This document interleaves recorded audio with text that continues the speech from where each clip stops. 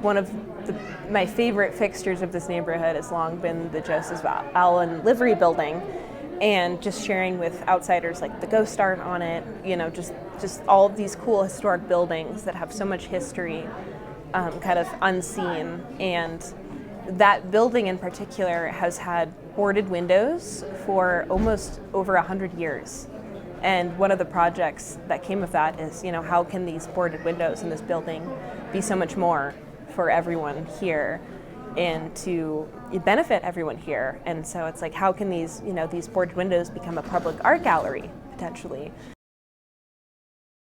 Getting to meet Kelly Rebo, she was beginning a watercolor project about the faces of Helena.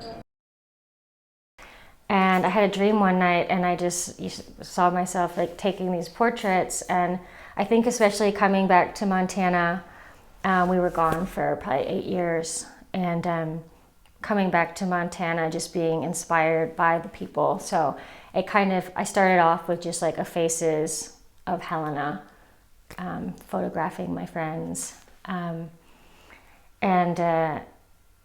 It was just like a throwback to like the, vintagey Western throwback was just, I don't know, it just kind of came out of being here. And we moved into this really old house that was like built in 1890. And I think that all that just kind of inspired that look.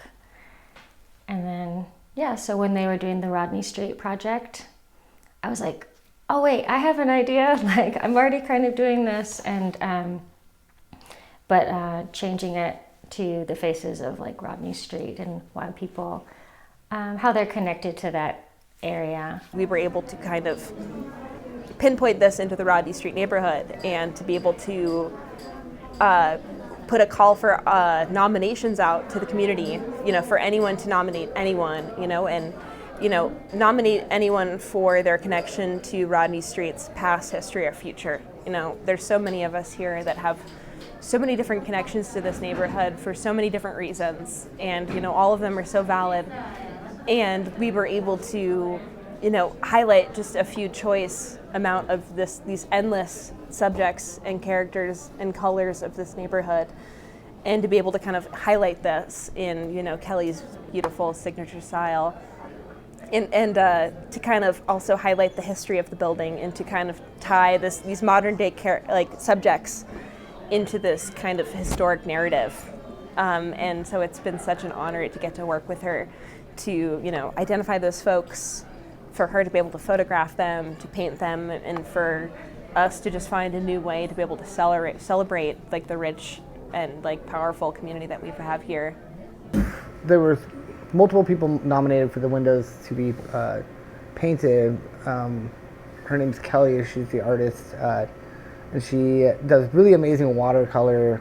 And it's, from my gathering, it's supposed to kind of like withhold what Rodney Street's, like the kings and queens of Rodney Street, people who have been around and have seen some things. So like being able to like take a moment from back in time and being able to put it to present now, it makes for a really cool like little art situation. So like the windows being painted, from the people that have been here for years and the years prior to, like there's so many people, like, and I felt super honored that people were nominating me and the multiple friends of mine too, and we all know each other, so it's kind of cool. Like we're all going to be a part of this huge art project, and the person curating it is an amazing artist, and she's got all of her stuff on Instagram, and she's super talented, and like I don't know, I think it's really cool that like that's going to be, you walk down Rodney Street and you look at that building, a lot of the times people don't even know what that building was, so like seeing it actually being brought into light and having it be colorful and have it pop again, it makes me super happy to see that it's being repurposed instead of just watching it become like a dilapidated building, and that people are actually focusing on like reamping it a little bit. I just love the idea of keeping like it as historic as it is, and by the way that we're doing like the windows is like we're not like affecting like the actual building itself, because right now they're just boarded up with plywood, they're not actually functional windows. And so like I will be doing the portraits, and they will be blown up and then attached to the plywood onto the windows. So we don't touch like the perfection of the historic building, but kind of just pay it homage and, you know, celebrate the community. You know, it's cool that people are taking time to actually care for the neighborhood and what it can and will bring in the future.